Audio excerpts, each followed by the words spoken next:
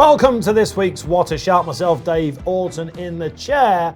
What a week we have for you as well. Storm Dennis coming in. Will racing be on? Well, either way, we're going to be guided by not one Tom, but two Toms. See what I did there? Tom and Tom are in the studio. Tom Kerr, the Race Post editor, joins us. Tom?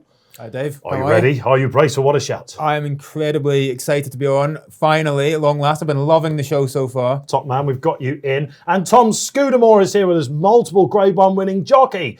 We're in the likes of... Now, if I had to go in order, Thistlecrack at the top, King George? Yeah, he would have been... Grand Cru, one of my favourites. Grand Cru was Dinas. definitely... Yeah, they were all fabulous horses. Before you took over for David in 2007, that seems like a long time ago. Yeah, it does. Feels like it's some mornings. Absolutely. But Seabold, you rode Seabold? Rode Seabold, was just beaten. Unfortunately, never won on Seabold. I was just beaten by Best Mate. That was a nice race. There are some names. Just topped off. But no, we've been associated with some very good horses. And are you ready for What a Shout? You were late in, I have to say this. Sorry about Unlike in his races where Tom's usually the first to get going, he's arrived at the final hurdle. Okay, let's see what we've got coming up on the show. Okay, so this week we've got the hot topics as ever coming your way. National weights were out this week, weren't they? We've got the Cheltenham Festival clues. We'll be dissecting what happened last weekend.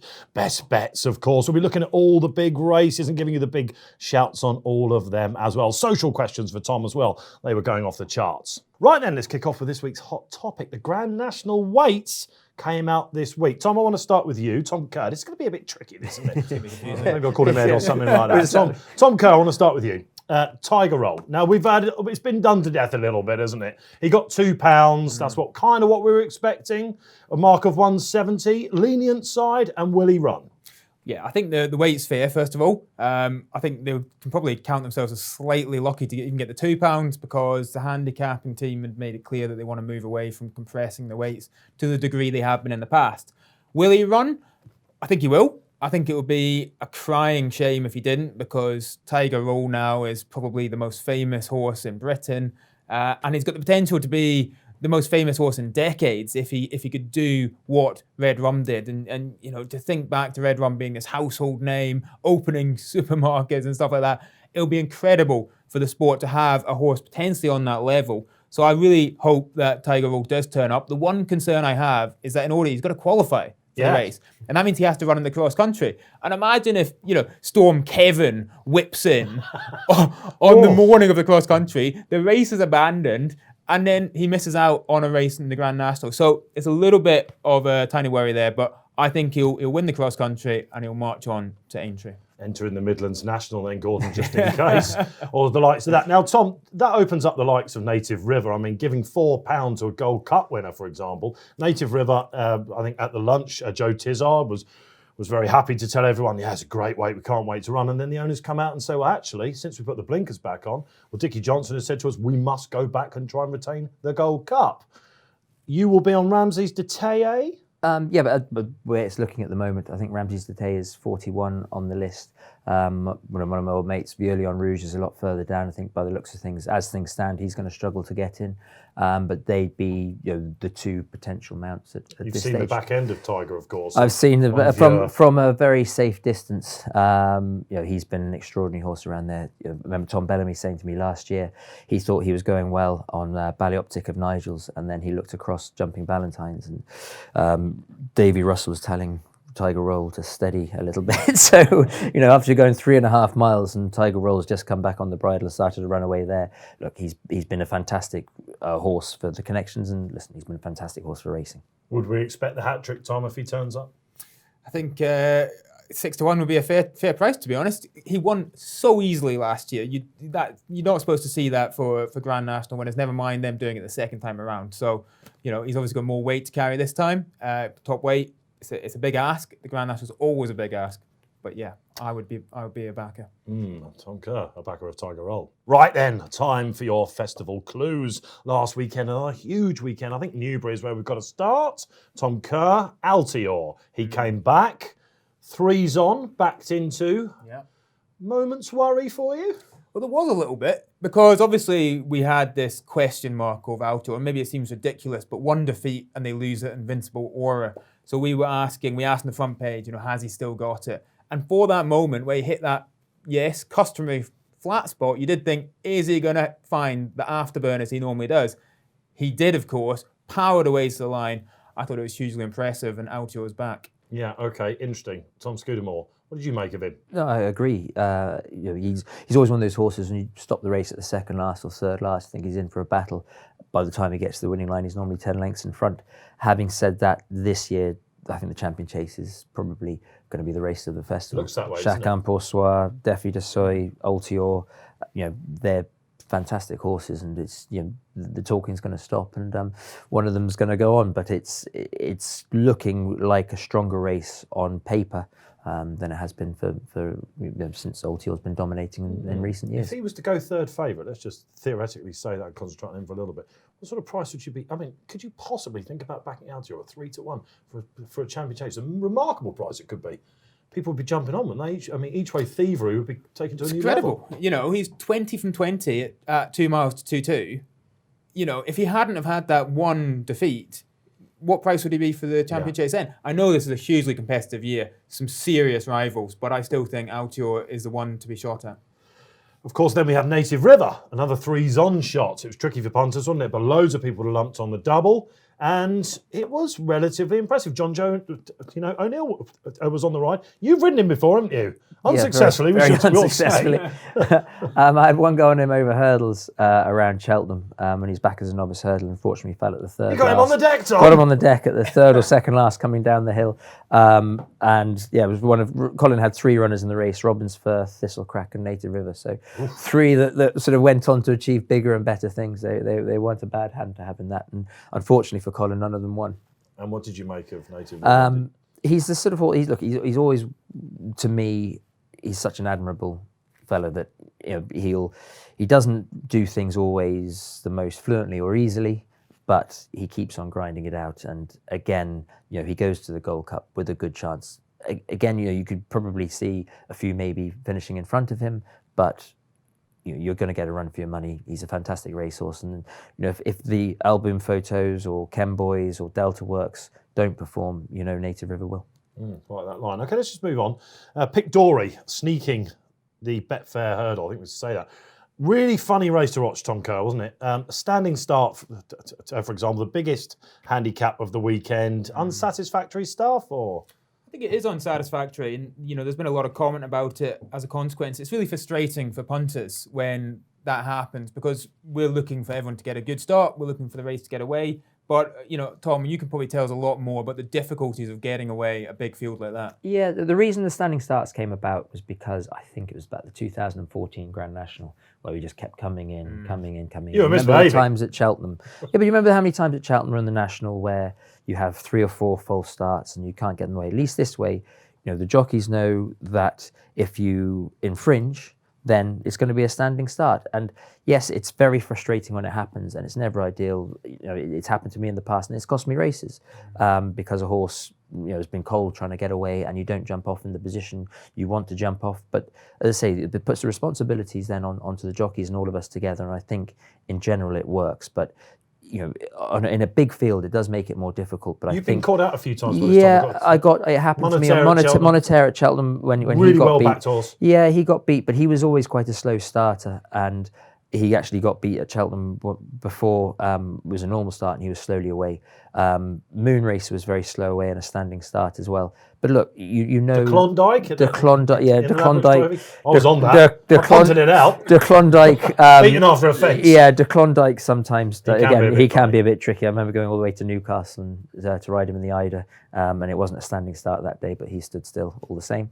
But look, you know where the rules are, and I think it's a better that way, that you have the one go, and if it doesn't work, then you have to have a standing start. Same for everyone. Then going back to the festivals and things where you have 5 or 6 aborted starts and you just keep going round in circles, and everybody just ends up hitting the tape harder. Very diplomatic. We can all be a bit tricky. There are your festival clues.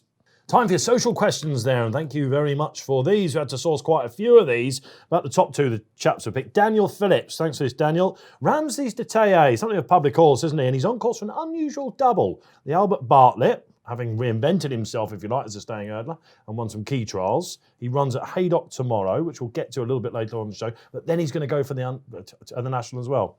Has this always been the plan? I'm assuming not. No, well, he started off the season obviously very high over fences because of what he'd achieved, and he was still a novice over hurdles. So David felt that we'd have a look and try and win a couple of races on the way. At the beginning of the season, obviously the target was the Grand National. And you're going to work backwards, and at that stage, I suppose we thought we'd end up running in Welsh Nationals or Haydock National Trials like he did last year.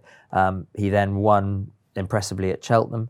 And after that, we thought, well, we'll keep on running him and see what happens. He then won another trial at Doncaster, and hopefully he'll win again tomorrow. So all being well, if he comes through tomorrow, the Albert Bartlett is the plan. You know what I mean, Harry? Won as an 8-year-old. Yeah, look, he's strong, and I think there was a horse of Alan King's as well, Nephew Collonge, would have had a similar profile to Ramses and he ended up winning the Albert Bartlett too. So look, we'll get it tomorrow out of the way with first, and then go from there. But everything he's achieved so far over hurdles has been fantastic. Team Pipe doing their homework. Okay, Kevin Harrington asked the next question. Hi, Tom. Delighted to see Eden de Hoo back in the winner's enclosure.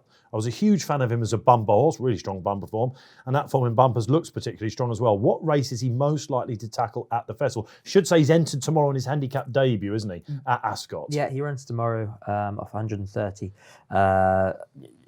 He was a high-class bumper horse. He won the listed race around Ascot. Things hadn't gone right for him to begin with over hurdles. Having said that, IK Brunel isn't a bad standard when we got beaten by him around Fontwell. He disappointed us at Cheltenham next time. He wasn't finishing his races in the same manner as he had done last season, so he had a little wind operation and was a lot better at Chepstow. I think that Chepstow race will work out very well. It looked to me, Tom, like you were trying not to win too far that day. I backed him at the odds that day, Tom Kerr, and he all the way. This looks like gunpowder, treason and plot, doesn't it? All the way. Well, this is a very, very interesting horse. Yeah, look, you're batting this off, Tom. I can. Smile, though, isn't it? Yeah, we'll find out tomorrow. You're usually pushing away, Tom. At this time, it was. Look, he's a horse at the beginning of the season we had high hopes for. Things hadn't quite worked out from the way we'd hoped, but now he's got his career back on track. And I think that Chepstow race, he beat a very nice horse of Sam Thomas's, Marie de Pay, and I think they're two horses worth following. Marker 130, he's going to have to go up to get into Cheltenham. Let's get on tomorrow. Have you placed a bet through the Racing Post app? It's the must-have one-stop location for all the best exclusive tips and horse racing news right in the palm of your hand. All you have to do is log in through your existing bookmaker account and you can place your bets without needing to leave the Racing Post app. No need for application hopping. All the while, you're still getting best odds guaranteed. Take a look through your in-depth race cards, check out your horse's form, our leading tips to verdicts, and then pick your selection for your in-app bet slip. Right then, 2:05 is the Haydock Unibet Rendlesham Hurdle. Big staying hurdles coming out. Just a 6 runners, chaps here, but the World's End broke through at the top table last time at Ascot, beating Lammy Surge. £6 penalty, Tom. Is that going to stop him, or...? Well, he's definitely got a chance. It's an interesting looking race, this. You've got the World's End there. Obviously won the long walk, carrying a £6 penalty. You've got Emma Tom, who's a really interesting horse. Second to Champ last year. Obviously didn't run well at Cheltenham on New Year's Day. You got Klein, very consistent for Evan Williams, but the one that I think is interesting is West Approach, and Tom, you can probably tell us more about that one. Yeah, he's a good old pal of mine, West Approach. He's probably he's had a good season over fences so far this time, but on the balance of form, his hurdle form is better. This time last year he chased home Paisley Park twice, and on that form, on ground he will love. He's going to take a lot of beating, I think, tomorrow. Getting the weight off the World's End as well. That's fascinating, isn't it? How would he take to Haydock, do you think? One of the sharpest tracks. Is it the sharpest track you ride around? A couple of the boys have come on. Yeah, it's Nick Schofield, for example, said it's a right angle. It's a lot sharper track than when they changed it. It used to be quite a big galloping track, but now it's quite a sharp track. But I think West Approach will handle that. He's handled everything before. He's run well around Kempton and places like that. So I wouldn't be concerned about Haydock for him. Let's get a quick selection then. West Approach. And I'm going to take Emma Tom to bounce back. 2:45, second big race to look at then. It's the Wincanton Betway Kingwell Hurdle for you. Now, first thing to say about this, no Nicky Henderson runner. That's almost unheard of, isn't it, Tom Kerr? Which means that perhaps the ground is going to be sticky, horrible stuff. Well, perhaps, yeah, absolutely. Like everywhere at the moment. They've been trying to prepare some fresh ground for this race, I think. But no Nicky Henderson horse, but there is a Paul Nicholls horse. And Paul Nicholls on this weekend last year absolutely cleaned up. He had 8 winners across the various cards, and he's got Kel Destan, who was a bit of a surprise winner, the Contenders Hurdle, looks to have a big chance again. Some other interesting runners in the race though as well. Elgin, who won this race 2 years ago, ran a few times in the flat, but hasn't been seen for ages, making his comeback for Alan King. Yeah, had a wind up, hasn't he? And he's a classy horse, Elgin, isn't he? Yeah, like you say, the ground was a lot better, I think, as you know, a couple of years ago. Probably just need the run, do you think, Tom? You think so? Alan King said so in his Weekender column this week. It says he's a big horse, will come on for the run, but he is a high-class horse, so it'll be really interesting to see how he does on his comeback. He's been having a bit of a quiet time as well of it. One from his last 23, Alan is as well, so home to bounce back from that. Tom Scudamore, horse like Chittabello, would you like to ride him in? This is the sort of race Chittabello might find a bit easier, isn't it? Yeah, it is, of course. Look, realistically, they're probably a level below champion hurdle form as things stand. The one that has made the step up in the past, but as we mentioned, his first run back for a long time is Elgin. I would be less worried about the ground and more the fact that it's his first run back, because when he won the Greatwood, it was quite testing ground that day. But I say after the absence he's had, it's going to be hard first time up. The horse of Tom Simmons as well. Look, it is a wide open race. It's going to be a hard one to sort of nail. If Elgin is probably the best horse in the race, but there's too many question marks against him. So I think I'd take a little bit of a stab in the dark and go for the Tom Simmons horse. Some for someone, second to Thomas Darby last time at Ascot and Handicap. Some people are punting that out for the champion hurdle. Paul Keeley. Absolutely, yeah, representing the supreme form right there. Correct, yeah, absolutely. And also following the sort of Bouvoirdere, a path to the race, which is quite interesting. Didn't make it over fences, going back as well. So we seem to have found ourselves a champion hurdle. So some for someone, surely got to win tomorrow. Big calls in the studio time. Now, we've had some heavyweight calls coming up, and I've got a feeling that this week is going to be just that indeed. I'm going to start off, chaps, if you don't mind. We've got 2 Toms in the studio. I'm going to make it 3. Tom Marquand, Down Under. Woo, what a sizzling time he's having. Tom Kerr, he has been riding like a demon down there, hasn't he? He has. We were talking about this. He just won a big race. Picked up something like 600,000 Aussie dollars. On a Tuesday at Warwick Farm. Not a bad payday. But they absolutely love him down under. They are raving about him. They think he's absolutely the bee's knees. I think he's going to come back and make a big splash back in Britain. The one question is, will he get the support? Obviously, we've seen before someone like Sylvester de Souza has gone out to Hong Kong and has been basically their number one out there and hasn't quite seen the same support replicated domestically. But Tom Marquand, he's a seriously good rider and he's a lovely chap to boot. I think he'll be a really interesting one to watch next summer. Yes, absolutely. And the big shout is Oisin Murphy, watch your coattails. He's coming for you. Tom Scudamore, a big shout for us, please. Now, your dad went for the whip.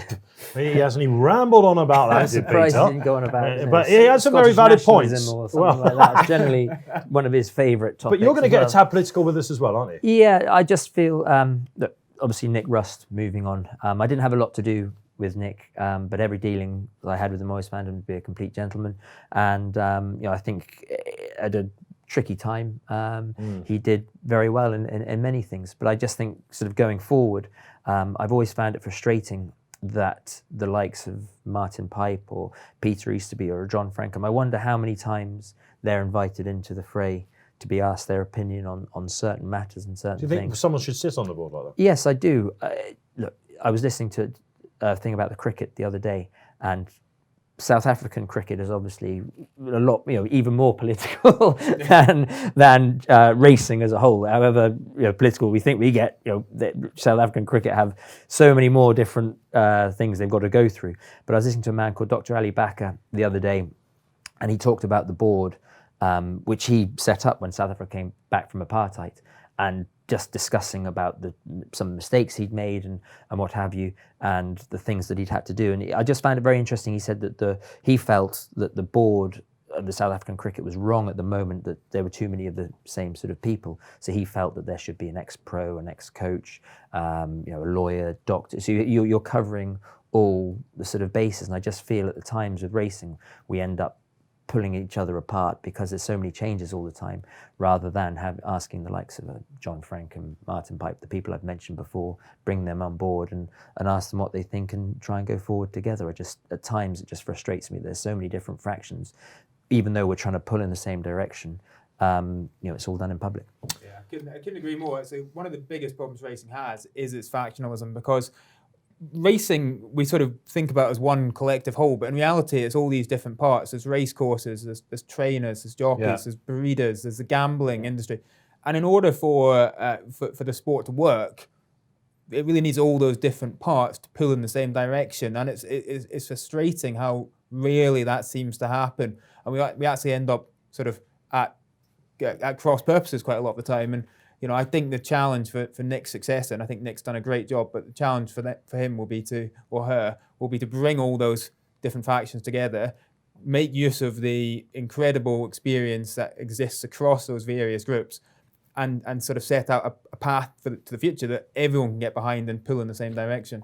Tom Scudamore interviewing himself for a future role, potentially. I think we can see where you're going with that, Tom. Get it off your chest. Well, this is a place to get bugbears off your chest as well, Tom Kerr. You've got one about midweek racing domestically. Well, we saw the other week there that attendances had fallen for the fourth year in a row, down from just over 6 million to about 5-6 now. It's still a huge number of people, and racing is second most popular spectator sport in Britain, which is fantastic, and rightly so, because the day at the races is fantastic. But I think what we're increasingly seeing is the sort of premierisation of racing, where the big festivals, the big Saturdays are packed out, but your midweek racing is sort of slowly withering away. And I was down Lingfield a couple of weeks ago, and there would have been tumbleweed if it wasn't quite so damp. You just think it's the Brigadier Gerard, for example, at Sandown on a Thursday night. Well, this is it. That is an example of midweek racing done great. It's put out at a time of day so that people can leave the offices a little bit early but get down. Yeah. It draws a great crowd, good quality racing. How rarely do we see quality racing outside the festivals midweek? So I just think there's an opportunity there that the sport's not really getting on top of. Move some more pattern races potentially to the midweek. There are your heavyweight calls. Right, another big race for you then this weekend. Let's have a look at the Grand National Trial, the Unibet Grand National Trial up at Haydock. Real deep field this, Tom Kerr. You like one in particular, Yarlarenko. You won the race a couple of years ago. Yeah. I like Two Amigos in it. You've got the likes of Geronimo, one for Arthur. We'll get to that in a second. Where's your selection maybe going? So Yarlarenko won this race 2 years ago by 54 lengths from Black Lion. Beaten last year, but in completely different ground. It's going to be an absolute bog. It's going to play right to Yarlarenko's strength. This week we've had Paul Nicholls comparing Yarlarenko to Neptune Cologne, who is Grand National winner. Yeah. Bryony Frost was spoken to today, and she has compared the horse to Frodon. So some pretty lofty names being knocked about there. But I think the conditions are going to be perfect. The horse likes the track, the trip, the ground. He's going to be up there, isn't he? Which is probably what you want in these races. Absolutely. Would you buy into that, Tom? Would you rather be on a front run in these slugfests? It's very hard to give away ground or even make up ground in these, but you've got to get everything right. You don't want to be too far out your ground to make up ground because you'll wear the horse out at the same time. You don't use too much because you won't get going. It's going to be similar conditions to when Yarlarenko won it. I feel bad repeating exactly what Tom said, but I'm in the Yarlarenko camp. I also think the way the race will be run will suit him too, because he likes to be up there, but you've got the Richard Hobson horse, Two Amigos, like to go quite hard. And Two Amigos as well, who's the one I quite like, which is the Welsh National form.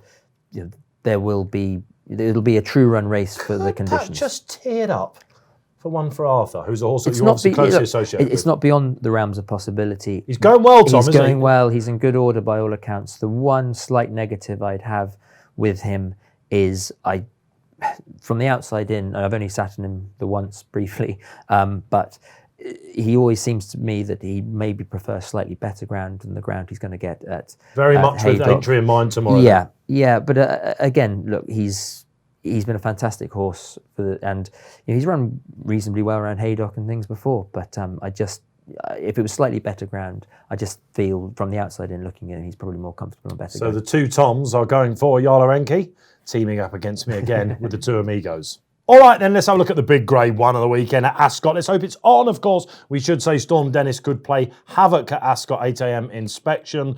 Please, God, let this be on, because at 3:35, the Betfair Ascot Chase, won by some absolute powerhouses, including last year's Surname. He's back for more. Surname. Where do we go with this, Tom Kerr? Slightly underwhelming in the King George, although still a fair run? Yeah, no, definitely underwhelming in the King George. I thought he ran flat as a pancake, to be honest. But potentially just much like Altio, that race taking a lot out at Ascot last time. His record at Ascot, needless to say, is fantastic. This is back on his favourite ground. He's won the last 3 there by a sort of a cumulative 40 lengths or something, and obviously beating Altior last time out in an absolute humding of a race. You know, assuming there was nothing wrong at Kempton, and Paul Nicholls seems incredibly happy with him, I think he's absolutely going to hose up tomorrow. He has said about the fresh angle, hasn't he, coming back in, thinks he's got him right here. They're umming and ahhing about Cheltenham, are they, whether they'll go left-handed, maybe leaving for Aintree. But 4-11 shot tomorrow. Riders on the Storm, Tom Scudamore. What's the vibe in the weighing room about this? Ex-Tom Taff horse. He's been very good there in handicap last time, of course. Can he make the step up? I see no reason why not. He probably comes into this race in a similar profile to what Surname had this time last year. They're coming in off similar marks. I think Surname bolted up off 150, Riders on the Storm won off 153 last time, but he comes into this 162, and I think Surname was 165 when he ran in this race last year. So they're coming in with similar profiles to what they had. You could never... you've always got to respect anything Paul Nicholls runs and how he goes about it. But I was disappointed with Surname in the King George. I don't think he'd have won it at any trip, and for whatever reason wasn't on his A game that day. It just strikes me that the way he goes about his business, is he going to be one of those horses that is so impressive for 2 or 3, 4 runs, but whether they can maintain it. Just tail it off a bit. And I think that Riders on the Storm is a horse really going places, and it wouldn't surprise me in the slightest to see him beat him tomorrow. I think he's the way he went and won last time, he struck me as a Grade 1 performer. Are you going to oppose him then? I'm going to oppose him. Lovely jubbly. Are we money buying? I'll stick at the Surname camp. 2 for Surname, 1 for Riders on the Storm. Okay, time for the My Racing Double, coming up to you by the team at myracing.com. Check out the website for expert advice. Now, the double this week, we should say they're in points profit still as well. Surname, okay, very solid. And Copperhead in the Reynoldstown leading RSA trial. A few people have put him up for that as well. So it's going to pay around about 5-1, that double. Good luck to the lads at My Racing. Right then, that's Saturday wrapped up. Let's have a look at the Irish action on Sunday. Really good card, potentially rescheduled from Exeter, but what with Storm Dennis wreaking havoc, we're expecting that to maybe have to go by the wayside again. However, Navan are very happy. Tom Kerr, because they've got the Boyne hurdle. They're expecting a massive crowd, we should say this. Tiger Roll coming back in the Boyne, which he hosed up in, really unexpected last year, wasn't it? But on the bridal job, maybe a slightly deeper field this time around. We've got the 1-2 from the Grand National, Magical Light, due to go as well. Should say at Navan, we're talking about attendances and what you do to get people through the door. For €35, I'm in the paper this morning, you can get a tote bet, of €5, a Tiger beef roll, and a Tiger beer. That'll come on someone's using their head. That's value. They say you can't eat value, but you can eat that, can't you? Absolutely, or indeed drink it. So let's start with the mighty Tiger. Can he beat Durasso, who was expected to beat Pentland Hills at Haydock, if we remember, in the new one race up there, the Champion Hurdle Trial? All went wrong, didn't it? First time out, though, slightly better over this distance. Pentland Hills, well, I mean, we're going to get a line on Benny de Jure. Can he do it again? It's an unbelievable race, actually, isn't it? The lineup is fantastic. I mean, the 1-2 in the National, and that's only the tip of the iceberg. Will he do it again? Listen, at the prices, compared to what he was at last year, I wouldn't necessarily be a backer, but the one thing that I think Tiger Roll has shown through his career, from the Triumph through to the Nationals and cross country, is never underestimate him. If you think he can't do it, he's going to prove you wrong. Yeah, and Keith Donoghue in the paper with Dave Jennings only the week saying he's starting to purr again. He's just, we touched on it earlier, phenomenal racehorse. I mean, the way he went and won it last year, he absolutely bolted up. Just sort of. You had to double take the view on the screen, where he just canted round down the middle and sluiced home. He was about as impressive in that as he was next time out in the cross country. He's just you can never write him off. But I agree, it's a much stronger race this time, and it's going to be an interesting watch. I'd be sitting on the fence on this one, I'm afraid. I think we all would be. So around about a 3-1 mark, you'd have to expect people to back him, wouldn't you? Surely, I think if you 3-1 about Tiger Roll, it's not a bad price, I suppose. 3-1 about Tiger Roll. You can eat that. Best bet time then. This is going to be sizzling this week. Now, I mentioned I had a winner last week. I got the time wrong. Apologies about that. A horse called Wonderlo did win by 5 lengths. Blow my own trumpet there. I'll start if you don't mind, chaps. 3:50 in the morning, by the way, for you night owls. Check out Flemington. A horse called Alligator Blood Runs. He's up against a horse called Catalyst. They're the two big things down under coming through. We're going to hear that name a lot more, and he's odds against. However, that's not going to be in my nap. El Ghazwani, I'm going for a Lingfield double, 3:45. Loves the track, should win. Tom Scudamore. Scudamore? My best ride of the weekend is Eden to Hoe and the 3 o'clock at Ascot. So. Yes. We tried to get out of you. Are you going to let the handbrake off this time, Tom, by any chance? Handicap debut, he needs to get up for the festival. Tom Kerr, put your tipping hat on. I'm going to go for the Grand National Trial, Yawa Enki. I think it's got everything perfect. Boom! There's your weekend winners. Well, that's all we've got time for then, this week's edition of What a Shout. My thanks to the two Toms guiding us in the right direction. Tom Kerr, lovely to see you put your tipping hat on again, Tom. Must have been a while. It is, probably for good reason, but fingers crossed. Tom Scudamore, thanks ever so much. Much quicker than your dad's show, I must say that. We got a few pearls out of you as well. I'm Dave Orton as well. Next week, we will be joined by Henrietta Knight. Really looking forward to that. And Paul Keeley will be back in the seat as well. Don't forget, of course, to leave us all your comments on Twitter, YouTube. We love reading those. Download the free Racing Post app on the Play Store, the App Store itself. And remember, this weekend, whatever you do, gamble responsibly.